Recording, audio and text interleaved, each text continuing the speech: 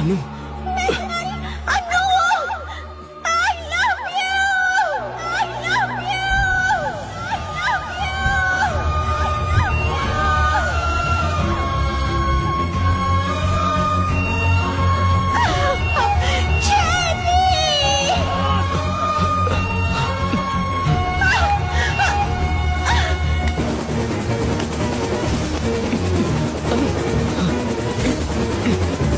अनु,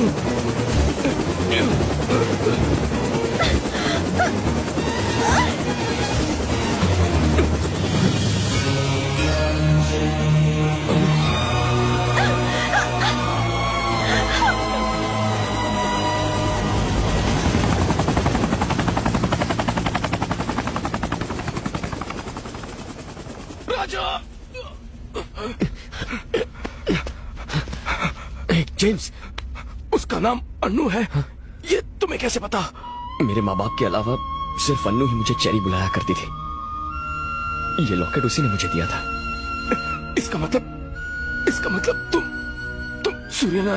सूर्यनारायण जी के बेटे हो? हाँ, हाँ।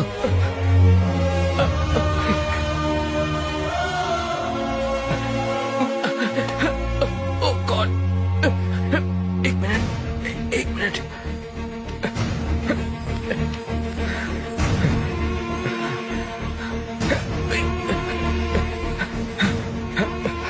हेलो बाबा, राजा और कोई नहीं, सूर्यनारायण जी का बेटा है।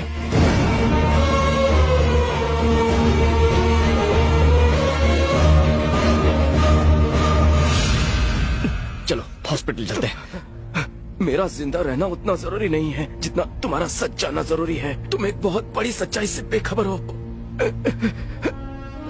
तुम्हारे पिताजी ने जो पूजा करवाई थी उसमें जो हादसा हुआ था वो हादसा नहीं था, वो धमाका जानबूझकर करवाया गया था। अपना गांव रायदुर्ग, जिसकी कुल देवी देवी भवानी थी, पर गांव के जीते जागते भगवान तो तुम्हारे पिताजी थे।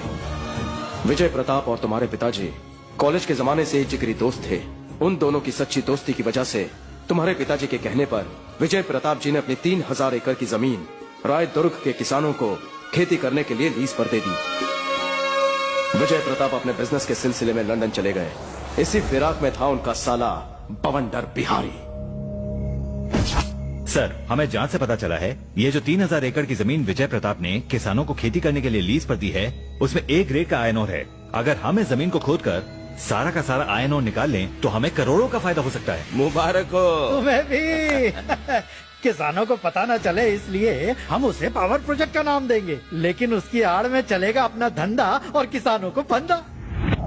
उन्होंने किसानों को मजदूरी छोड़कर अमीर बनने के सपने दिखाना शुरू कर दिया और लोगों को गोनी भरकर पैसे देने का वादा किया।